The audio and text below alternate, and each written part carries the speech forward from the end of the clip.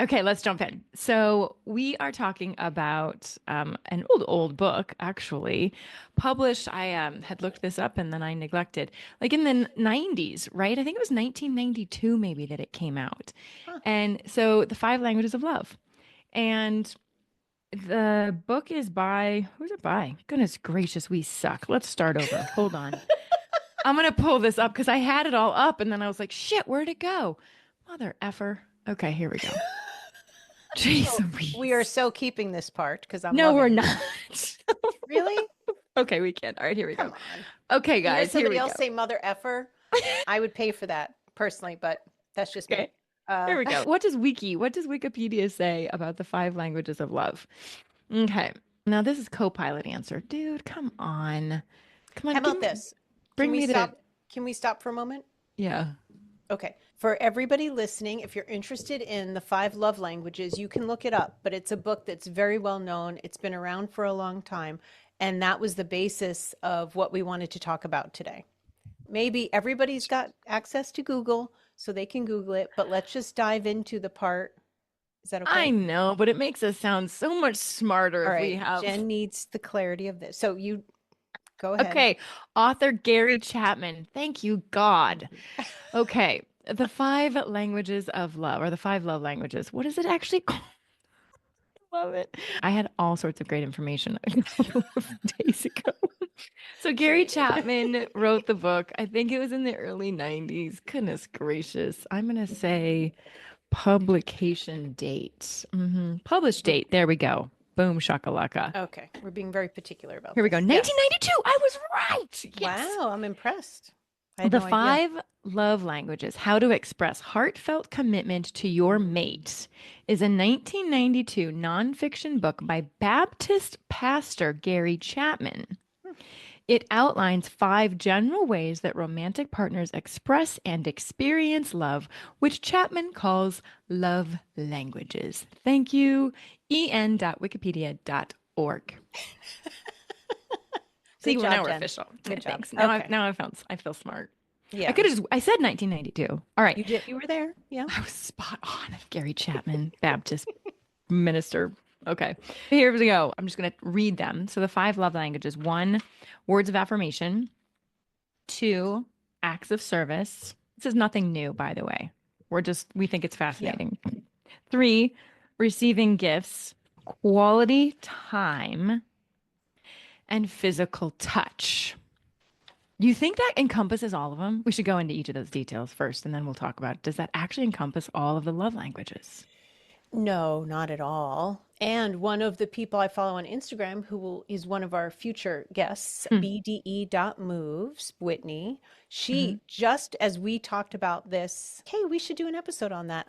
She posted something, or they I posted love the something, law of I'm not sure, attraction. about like how she hates the love languages only because she said you just don't go deeply enough. And I had that in mind Hmm. when I went on ChatGPT and asked, hey, give me some unusual examples of each one, give me some of the nuances of each one, how like self-assessment questions if this is your love language and what you can observe in a loved one.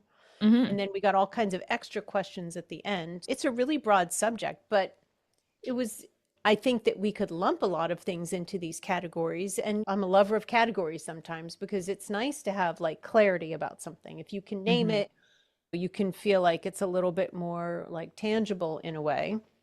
Noelle, are you a therapist? Let's name it. Let's name it, shall we? Okay. You might say that. So Anyway. words of Oh, affirmation. Go ahead. What? I haven't done my disclaimer in forever. Oh, it's on the Oh, intro. phew. Okay. Yeah. No, it's on the intro for the non YouTubers. I'll figure that one out later. Sorry, gang. Anyway, Disclaimer. If you're so watching this. She's a therapist and she doesn't know anything, so don't take her seriously. Is okay, that I good? am now making that my future disclaimer, as well as the information presented on the podcast is educational in nature and provided only as general info. It's not medical or psychological advice, and nor is it a substitute for seeking licensed healthcare services. And yes, I know nothing. Uh, Give me your new one. well, I mean, it You're was, welcome. thank you. Look, it was cool to have this conversation. Now, my husband, I think, is a bit unusual as far as, I don't know, I think he's unique in certain ways as far as like men and the typical man. So I learned more about him. It started actually a really helpful conversation to clarify some things that I knew, but it went like a level deeper. And Hmm. I'm glad that I had heard Whitney say her caveat about Hmm. using the love languages because you don't go deeply enough. Like, why is this important to you? What didn't you get in your childhood that Childhood. makes this important to you? Yeah. And the giving versus the receiving. So let's talk about Yeah. them. Okay.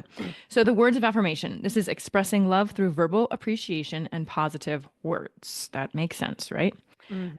Now, I love how you asked ChatGPT to give us the nuance. So here, the nuance is it's not just about praise, but specificity. I thought this was so cool.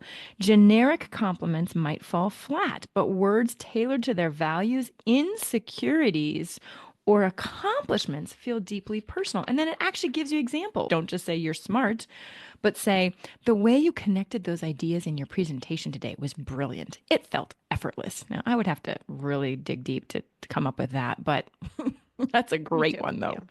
But that was really cool. Tone and timing matter. A simple Yeah. I believe in you. Ooh, I just love it. Okay. And then they give you unusual examples of like how to do this. Like you could send a voice message or, excuse me, a daily voice memo where you narrate a quirky or funny memory you both share, making your partner smile with your words. But it's true. Or writing supportive phrases like, you've got this, you're amazing, on sticky notes and doing it in places like inside of his shoe or the back of a cereal box. I like the creativeness about it. The way you phrased it in ChatGPT was a good thing. And then they give you self-assessment questions and then what to observe in your loved ones. We don't have to read them. Who do you know that is a person that needs words of affirmation? He didn't identify this, but this is one thing that I do for Grant is I'll be specific about like him being a good husband Hmm. and why. Why right now am I saying that? Hmm. Um, and I think the idea of having people feel seen and known Hmm. is so important, and especially for our partners, because if they can't get it from us, Yeah, we should know them the best. So, right. yeah. And so Alex is a giver of these words, big Mm, time. He is okay. a hugely verbal Mm. appreciation giver. And whether that is you look beautiful today, Mm. or I love you, or you've got the best breasts I've ever seen, literally, he gives me real specifics. I'm like, how many Wow. boobs have you seen actually? It's interesting because I don't know if I've just gotten accustomed to it Mm. or I don't need it. I don't know because it doesn't Hmm. really land with me because I've always been like, are you just giving me words of affirmation? Oh, this is a good thing. He gives me a lot of words of affirmation about my looks. Ooh, okay. Oh, I'm writing this down. because that's an interesting one. He doesn't do a ton of. Oh, and actually this whole thing sparked me to articulate something to him because he said oftentimes when we are sometimes when we've had an argument or like we're like snippy with each other, I'll hear him tell Teal, our daughter, what a great mom I am. But what I've said to him lately is it feels to me like you're being snarky. Like when you say those words that you're not really genuine because we just had this little tiff and you're trying to, I said, I don't know, it just feels snarky to me. And he's like, what? And I said, I'm just telling you, that's how it feels on my end. And we haven't really figured out how he could do it, but he said, will you just tell me when I do it so then I can replay it in my head? It's okay. Interesting. But yeah, the words of affirmation, like where does it come from? Do you like hearing words of affirmation behind your back? In other words, like when someone Mm. says something and you're all, oh, they're talking about me. Or someone will say, oh my gosh, I had a great conversation about you today. Like I had a great conversation yesterday with Jody. And Jody said, oh, I totally miss Noelle. She said, I really miss connecting with her. She's so quirky. Or she said something like, she's so fun or quirky or whatever. But does that mean more than if she told it to you personally? Does it mean more Mm. when your spouse says something to your friend and then your friend comes back and says, oh my God, you should have heard so and Mm. so bragging about you? Never thought of it that way. Like, where do the words of affirmation come from? As you're saying these things, I'm thinking about who does what in my life. about Uh-huh. these? And why Hmm. do they do that? And does it actually mean anything to me, or they think it should mean something to me? Very different. I actually thought Alex was more of a needer of words of affirmation because he gives them to me. And so I'm always like, oh, I need to Mm. be more verbal to him. So that's my little until later comment because we are going to talk later about a conversation that we had with our spouses and what we learned as a result of asking them when they felt the most loved. Hmm. Okay. Anything else about words of affirmation? I think we've killed that one. We did pretty good. Well, Okay. yeah. Acts of service, demonstrating love through helpful actions. A nuance. I thought this was very interesting. It's about listening to their struggles or needs and stepping in where they feel most overwhelmed. The intent behind the action is just as important as the act itself. Mm. That was very interesting to me. It's not just doing stuff. And it's not just fixing problems. It's saying, okay, hold on. I'm hearing you. I know you're struggling in this area, and I think I can help you here the most. I thought that was great. Oof, I can Example. imagine. Oh, Yeah, go ahead. sorry. Okay. I was just going to say, I can imagine with parenting, Oh this my God, could yeah. be like a constant need to be filled and a constant awareness to have with each other. Oh, you just wait, sister. You just wait until we talk more openly until okay. So this one says that an example is if they mention their car making weird noises, scheduling a appointment for them shows you've tuned into their concerns. Oh, okay. I got to tell you, I realized I'm a total acts of service person. Like Hmm. I need him to do acts of service for me and Ah, not just going down acts of service like orgasms. got it. Sexually. Yeah, got it. You were like, huh? No. Yeah. So there you go. Now, I thought this one was hilarious, and I would be so pissed off if somebody did this to me. Organizing their messy email inbox Oh or no. unsubscribing them from spam emails, I'd be like, get the F out of my email box. Thank you so much. Currently, I think I have 14,000 messages in my inbox. You're not even kidding. You're laughing at yourself, but you're not even kidding. Wow. Hold on, I want to check. I just get new computers. Nobody email Jen ever, which isn't true at all. Actually, she's very responsive, but that's crazy. Wow. I would feel overwhelmed just looking at that number on my phone or my computer. She's cracking herself up just in case you're not seeing this on video. She's still laughing. That is funny though. You just get a new computer. The So I last just time want I to, got a new computer, I think I had 25,000 emails. but I'd like to add this extra layer. Thank you to ChatGPT. Acts of service aren't limited to big gestures. Small routine tasks like filling their water bottle before bed can carry profound emotional weight if it's done consistently with care. And I engage in Yes. this. And Grant, actually, as much as he's a very busy man and there's not a lot of regular, he's very much of doing the big things. The little Mhm. things are more where I focus, but there is this, we have an air filter that I really need for asthma and such. And he's made it his job. He's also quite a bit stronger than me, so he carries it like it's nothing, but he Mhm. moves that filter upstairs and downstairs every day. Wow, Yeah. for So he'll, you. yeah, for me. So he brings, and for him to remember that kind of thing is not a small feat. So I Hmm. really do appreciate it. And occasionally I'll remember to thank him for doing that. And I'm very specific about that. Thank you for being so consistent Hmm. about that. Yeah. So that's beautiful, by the way. The whole concept of making coffee. I literally have told Mm, Alex, I can't make coffee like you make coffee. And he knows. Every weekend mm. morning, he's all, okay, stay there. I'll get your coffee. And it's so Oh, great. Now, with a kid, it's a nice. heck of a lot different now. But still, I usually get coffee in bed one morning a weekend, which is lovely. And I tell you what, and now he'll say, because I recently said I don't really love drinking it when it's cold and I never get it when it's hot anymore. And he's all, okay, so now he'll say to me, okay, do you want me to make your coffee now or do you want me to make your coffee when you come back from dropping Teal off from school? I'm like, after, please. But again, it's being aware enough, it's listening, and then the consistency is what really is key. Yeah. But you know what? In the same thing, he filled up my water bottle and put it near my car keys the other day. And I was just like, Mm. thank you so much. Stupid, but so important. Now, here's something different. Yeah. I give him, so what we're also doing here is we're using words of affirmation to then support the acts of service. So we don't just take the Mhm. act of service. I think part of it is also being aware, like, whoa, that really made me happy. And it's Yeah. my job to then express specificity around this made me happy. Yeah. There, just as you're saying that, this feels way more layered Hmm. in some ways. Like just last night, Grant and I were watching TV together, and there are times when I say to him that it feels like he's touching me like we're married.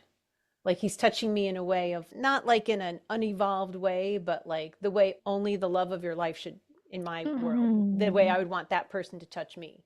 Yeah. So I was curled up a little bit next to him and he had his hand on my thigh and he was asking me something about the TV show we were watching. And I'm really trying to be better. It's not necessarily a word of affirmation, but actually, in some ways, it really is to affirm to him that I'm enjoying what he's doing, which is very important to him to hear from me and kind of the why. So I said, I'm paying way less attention to the TV and really enjoying how you're touching me like we're married right now. So I'm also Mm. trying to positively reinforce when he does things like that. Mhm. But there's a lot of layering of those kinds of things. Yeah. Um, yeah, They can't just be single because yeah, if you only needed acts of service, but then you never gave back, yeah, I totally, okay, got yeah, it. yeah. And Okay. I have some of the acts of service that I do. One thing I do for both of us is I get our clothes out the night before. He goes to the gym 3 times a week. Oh my I God. saw my mother-in-law do this, and at first I was a little, ugh, oh, how controlling of her kind of thing. But then after I stayed with my in-laws, this was several years ago, I saw my father-in-law was very stooped over and had a nasty tremor. So Mhm. for him to stand in the closet and get his own clothes out actually would have been hard for him. And I remember hearing her say, I'm giving you your favorite shirt or something like that. So it Yeah. wasn't she was trying to control what he wore, although that was my first thought. Yeah. Impression. Hmm. Yeah, but with Grant, he has these very particular shirts he loves wearing. So I try to do the laundry regularly to have them ready, but I also get his gym clothes ready and I remember a belt and a towel and I do that every day. Whoa. And I started that because we wake up at different times. Sometimes I was up at 5 in the morning and I don't want to risk waking him up. And then I have to sneak into the closet. And Yeah. so this just simplifies all of that. It works out well. That's amazing. What we would do is we just reach down and put the clothes on that we had on the night before. No, There's so much clothes. It's, yeah. Okay. I love it, but I love you. gotcha. Okay. Wow. That makes me nauseous. I literally, never mind. Okay. That's amazing. You have Seriously, your Noelle. things, I have mine. No, I'm saying, no, it makes me because I would love to be that way. Like, that's why it makes me like, I would Oh, love to oh. have that. Like, oh, God, it would be so nice to be that organized, to have not clutter, just to look in and be like, there's the shirts and there's the shoes. And there, Alex couldn't find my underwear if he was looking for. Okay. He Oh, knows I where my have underwear is. my stuff labeled, and I'm sure Grant would probably struggle because he's never gotten my underwear out for me either. But Well, that's but it's okay. not He quid does pro all quo. kinds of stuff. And I think that's Absolutely. Yeah. huge, is none of this is quid pro quo. None of this Mm, is, if I do it for you, then you need to be nice to me. Mm-mm. sure. Yeah. And Yeah. that's coming at it with a real open heart. All right, Yeah. here we go. Receiving gifts. This Yes. Do one's you want me to read pretty. it? Yeah, please. Giving thoughtful gifts to show love and care. Nuance. The emotional impact of the gift often outweighs its monetary value. A meaningful gift shows you understand who they are and what matters to them. So the example they give, or ChatGPT gave, was giving them a vintage copy of a book they loved as a child, and that signals that you've paid attention to their stories and their history. It's not just the gift, but how it's given. Wrapping it in their favorite color or presenting it with a handwritten note adds depth to the gesture. Hmm. It's very I specific. I have a friend who's coming up this weekend. This is such a good reminder. She is a full-on gift giver. Mm. And guess what? I need to have a little gift to put on her little pillow. Just something little that's sweet that's Mm-hmm. just for her. And it might just be a handwritten note and a little chocolate, maybe not, but right? That That would would be just be so really sweet. Yeah. sweet for her. Yeah. And it's so good to think about that. Oh, what is my mom? What was my dad? I'm going through all this Mm. stuff because you really can start looking differently at it. Okay, so this one I think is simple, but I do think observing a loved one is interesting because it says, do they actually treasure the thoughtful and Mm. sentimental gifts?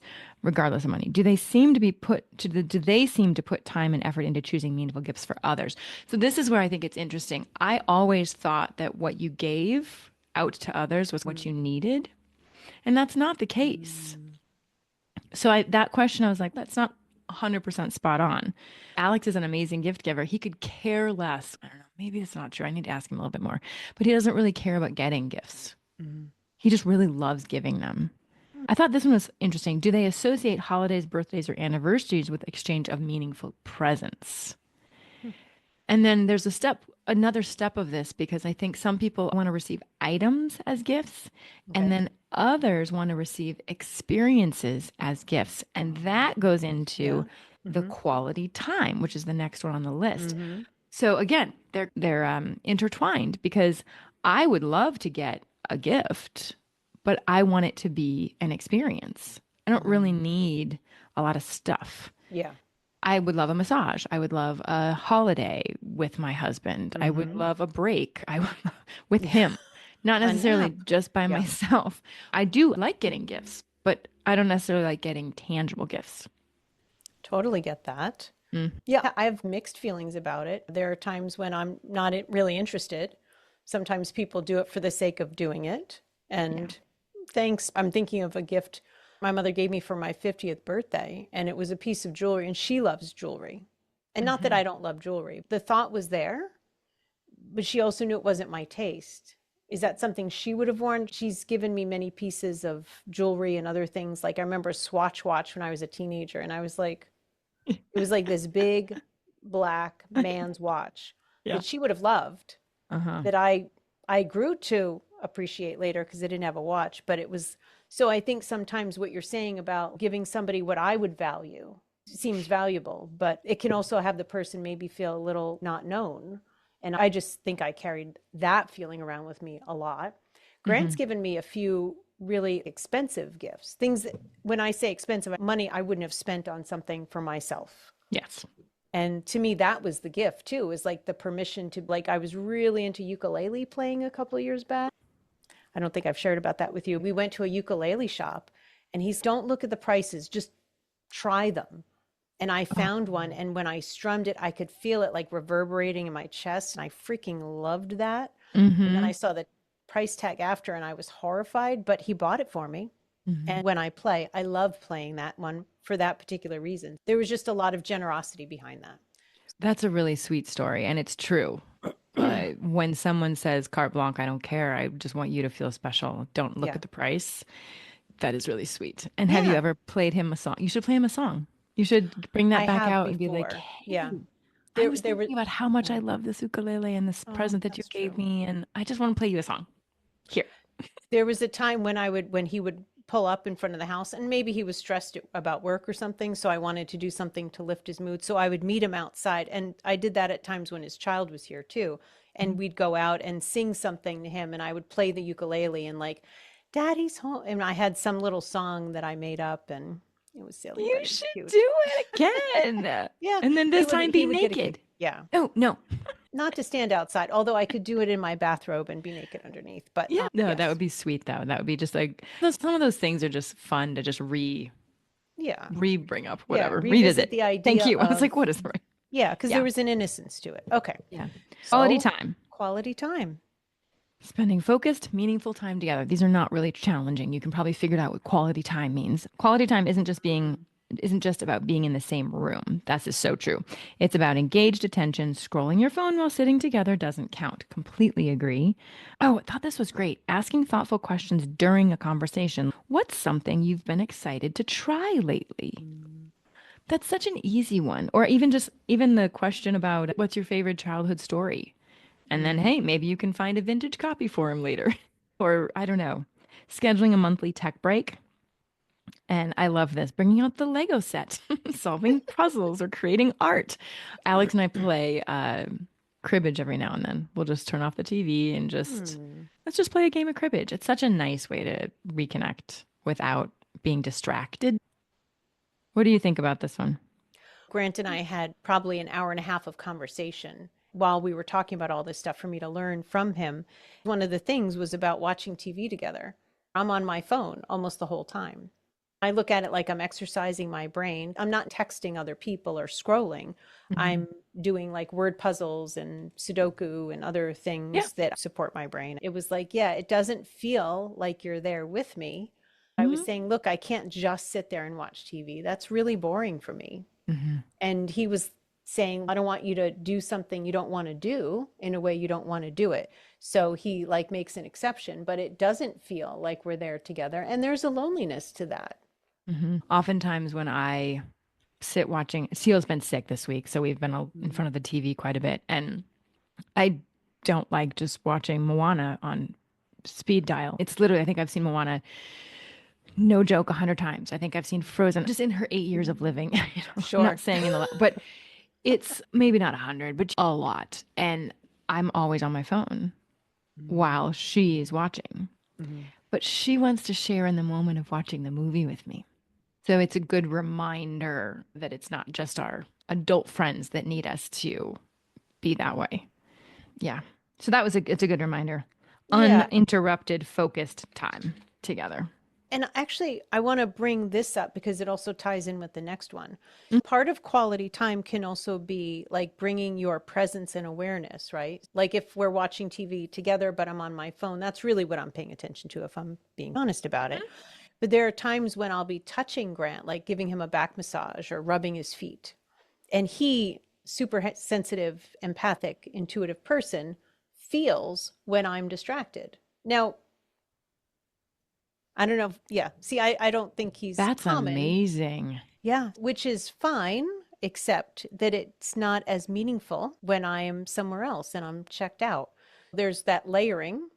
So Hmm. quality time with that person may be touching them, but you're not thinking about your next day and all of your appointments, but you're just really with that person in that moment. Hmm. Yeah. Yeah. So, yeah.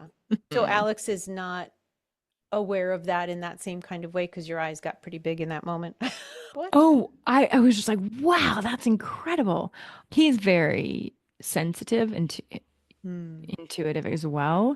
I'm not sure if he would articulate it, however. So Hmm. that's something where, or maybe I'm just a rock star and every single time I touch him, I am fully present. Absolutely. That's my takeaway.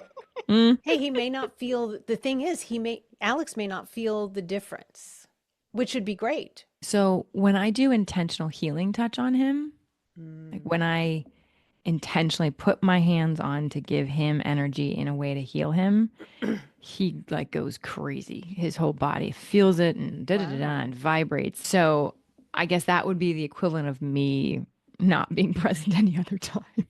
Because when I am doing healing touch, I very much am focused. I'm bringing in the energy. I'm pulling down the our team of angels and spirits. I'm asking for help. I'm talking to his body and emotionally and physically and spiritually and all that. Yeah, I guess that's a good example of he can feel it, but is he aware enough when I'm not? I don't know. Or, yeah, it may not be that important. Yeah. It might just be like, the love of my life is sitting here with me, holding my hand. Perfect. Yeah. That's enough. Yeah, you know what? And we don't touch a ton while we're watching TV and things like that. We're Mm. often eating dinner. It's after Teal. We put Teal to bed. We finally get our meal on. It might be 9:30 by the time we sit down. We put on a show. Wow. We talk, or we'll like last night. I started a show and then I stopped it. I was like, "Hey, how was your day? What happened today? Are you feeling okay?" We ended up talking about for 45 minutes of just Mm. things, just silly things, but just even not even turning off the TV. I just paused it so it wasn't and we could go back to it. It wasn't like, okay, now we're going to talk. You know how often, remember in your early relationship, you're like, I need to have a talk with you. And your stomach would just Mm. go, Yeah. now I'm like, oh, you need to talk? All right, let's talk. Yeah.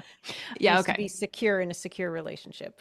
It is, except when you do know something's really off. And then I get very, oh, this is something that I learned though. And it's not, it's about words of affirmation and just clear communication. Hmm. If I have something that's really important that I want to talk with Alex about, and I may have mentioned this before, I don't just drop the bomb and say if it's really important. If it's something Mm. stupid, I don't know, vacuuming. I'm not going to be like, let's have a conversation about vacuuming. But it might be a bigger conversation that I need to say, hey, I want to have a conversation about how we're doing chores around the house. Mm. And when are you free in the next couple of days to talk about that? Because what it does is it gives them time to prepare as well. And I think sometimes we get so caught up in being present and in the moment that this thing came up and I'm just going to mention it. I'm just going to talk about it right now. One, you're maybe not as clear as you should be on your concepts. But then two, they're being dropped into kamikaze land where you're like, where's this coming from? What's going on? You didn't even give me what? But instead of saying, I'd like in the next couple of days to find some time to have a Mm, conversation about how we're doing chores. That's a great example, actually, of how we're taking care of the yeah. house and what you feel like you're doing, what I feel like I'm doing, Mm, what you need more of, what I need more of. Because there are times when we've had that conversation. I know it's so silly to talk about chores, but he'll be like, do you realize I do everything outside of the house, right? I do mm. every organizing in the garage. I do all of the maintenance. I work with all the contractors and the yard keepers and da da da. And I'm all right, that counts. To your dismay, because you wanted more help. I'm like, Um, yeah, okay. what I love about that example, Jen, isn't it terrifying a little bit when somebody says we need to talk? Oh, When are you? yes. Grant still does that to me. I hate that. But give me a topic. Then it's Yeah, not as scary. exactly. If it was because, and it might be he's stressed with work and could use help making a to-do list. But and I'm more secure in myself and in our relationship, so I don't have that, oh shit, like what did I do? Right. But I it's helpful to say either it's not about you or anything that you're doing. I just could use some support with this or Yes. about this thing that we are doing. Mhm. And I am somebody who needs time to sit with my thoughts and feelings about things. It's not easy in the moment to articulate how I really feel about something. I'm more going to sit there and I feel like a dummy to just sit there and listen and tolerate the conversation Mhm. because I don't do well feeling like surprised Or a about. 5-year-old. I don't love being Yeah. felt like I'm being talked to. Yeah. Like, Yeah. no. And Yeah. I'm also less emotional when I have time to prepare and think about Hmm. it. It's Yeah, not as you're emotional anymore. grounded, you're connected to Yeah. yourself. You Hmm. have what you want to bring up. It might even give you a chance to sit with, huh, she's thinking about how we're dealing with chores. Let me think about that because Hmm. maybe I'm not doing as much as I was, or maybe we need to hire somebody to help with X because she's exhausted. Whatever it is, it really, I think there's like partnership in even saying it that way. Yeah. Yeah. Yeah. I learned that years ago. Man, did that help. Woo! Let's Mm. schedule an appointment to have an argument. It's true. And it's not, it doesn't end up ever being an argument then because Yeah. you're just having a discussion. But yeah, so You're being funny. really civil about it, even saying, hey, I need to talk about this specific thing. When does it work for you to do that? You're not Yeah. saying, give me 10 minutes. You're not being demanding about it. You're, Hmm. yeah, you're approaching it in an adult-like manner. Yeah, I would like to get that on recording and play it to Alex just so he can remember that I'm not always acting like a 2-year-old. If he ever listened to this, he'd be like, you sound like you're so put together. Did I ever tell you? I'm going to share this really quick. So I used to do courses on or public speaking on conflict resolution, and it was always an interactive meeting. So there were exercises and you had team, you worked as a table and you'd come up with this and then you'd figure out how to apply the strategy that I created, etc.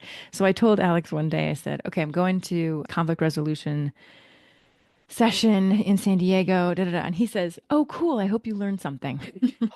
And it was my first one. And I got to tell you, I've used that every single time I open up that session because it's an example of, dude, just because I say it does not mean I always apply it, nor does it mean I can't keep learning. And everyone just cracks up because they're like, oh, thank God. I'm not like, hello, I never have conflict, or hello, I love conflict. Let's talk about it. Mm-mm. Yeah. He's, I hope you learned something. I'm all, fuck off. It was great. I did. I actually started laughing. I was like, I'm doing the course. Very authentic of you to share that. Certainly, that what a beautiful way to break the ice. As a Totally. therapist, I'm as fucked up as everybody else. Yes. I can So attest to that. thank you. And she means it, folks. Look, I know things. Yes, exactly. But we can't apply them all the time, and we can't be objective about ourselves. So I can help somebody else reflect on Hmm. the deeper meaning of this or that if that was the conversation. But we all need support. I'm in therapy right now. It's wonderful. Hmm. I keep giving words of affirmation to my therapist.